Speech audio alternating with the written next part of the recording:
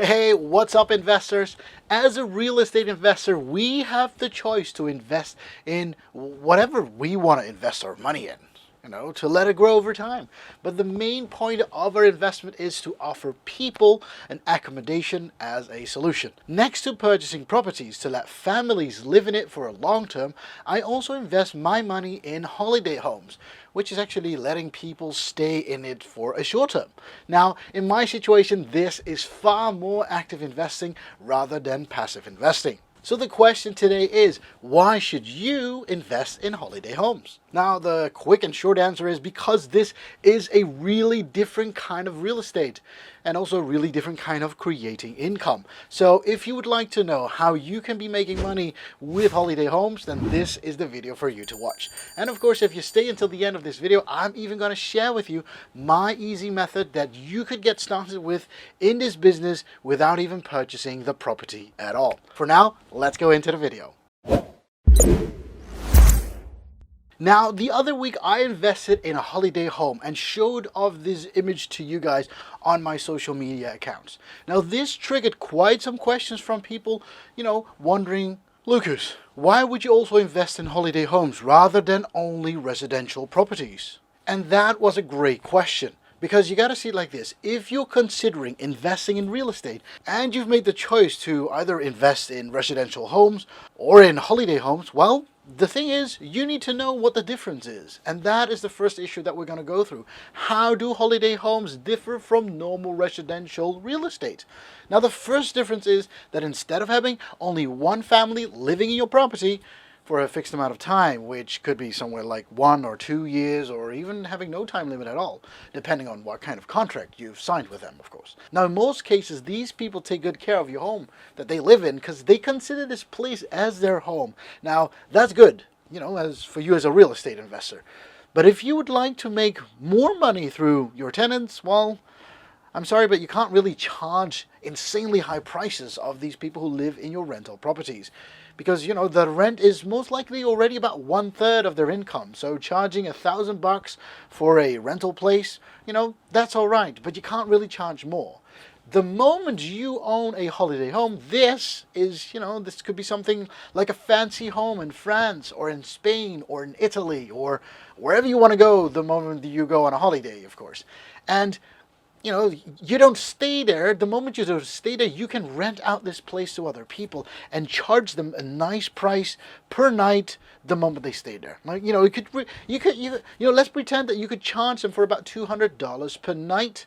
And, and the people that could stay there could even stay there with the whole families. Compared to a hotel, I'll tell you this, it's a lot cheaper. So the moment you've got great facilities and, you give them the feeling like home, but yet being exclusive at the same time, and you have the place for for yourself completely, well, if you really think about that, do the calculations, right? 30 days a month and $200 per night, that already comes up to $6,000 of rent per month. Well, there you have it. It's a great possibility to have a holiday home. If you arrange it well, I'll tell you this, you can make huge returns with your holiday homes compared to residential homes. Now, there are also some downsides to it, and that's what I'm going to discuss with you in the next point. Now, the first issue that we'll come across right away is the payment. Now, for tenants who live in your residential homes, it's rather simple. Each month,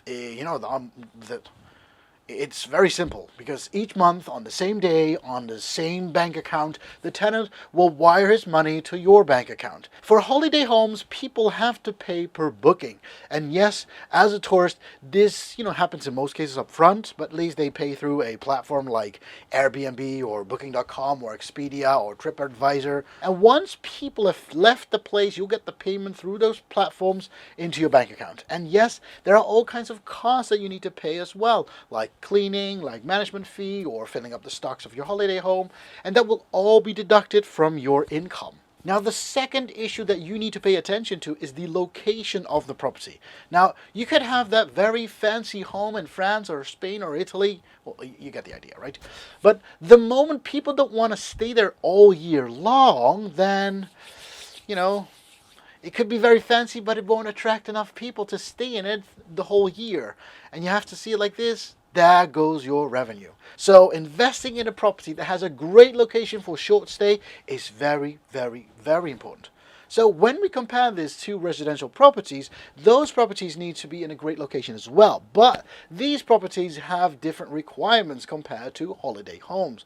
Because, the moment we're on a holiday, I don't really mind if the school where my kids go to is nearby or not. The moment you are in a holiday home, what you would like to have nearby is sightseeing locations or public transport or restaurants or maybe even a convenience store.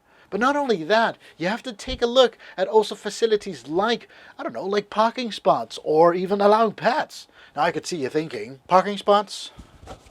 Pets?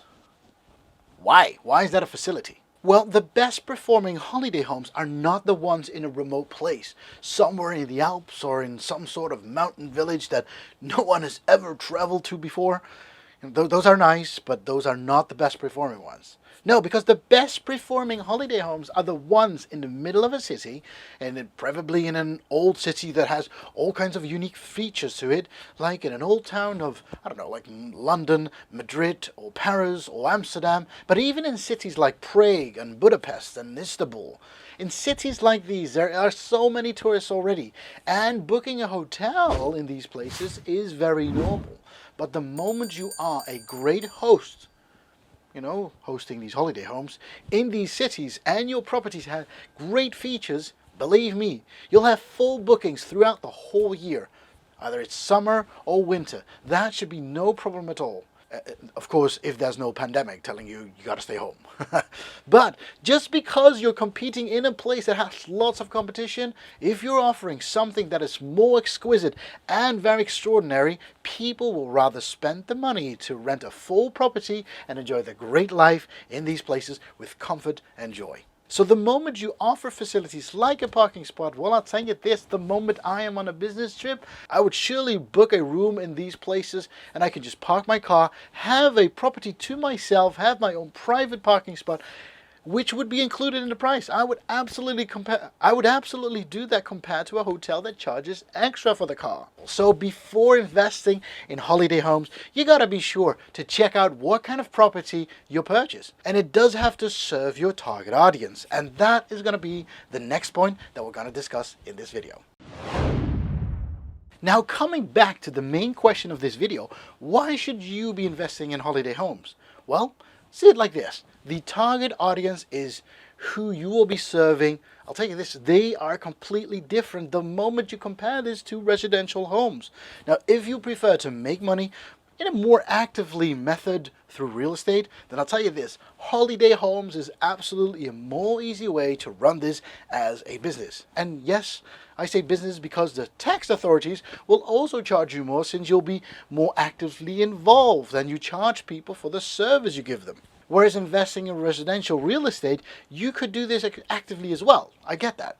But since the returns are, in most cases, lower and differently, and you could do this more passively, the tax authorities say, don't worry, sir, we'll give you a tax cut. Just because you're taking care of accommodation where people could live in and need a home, that's why we'll give you a tax cut. So yes, it is important to know that distinction.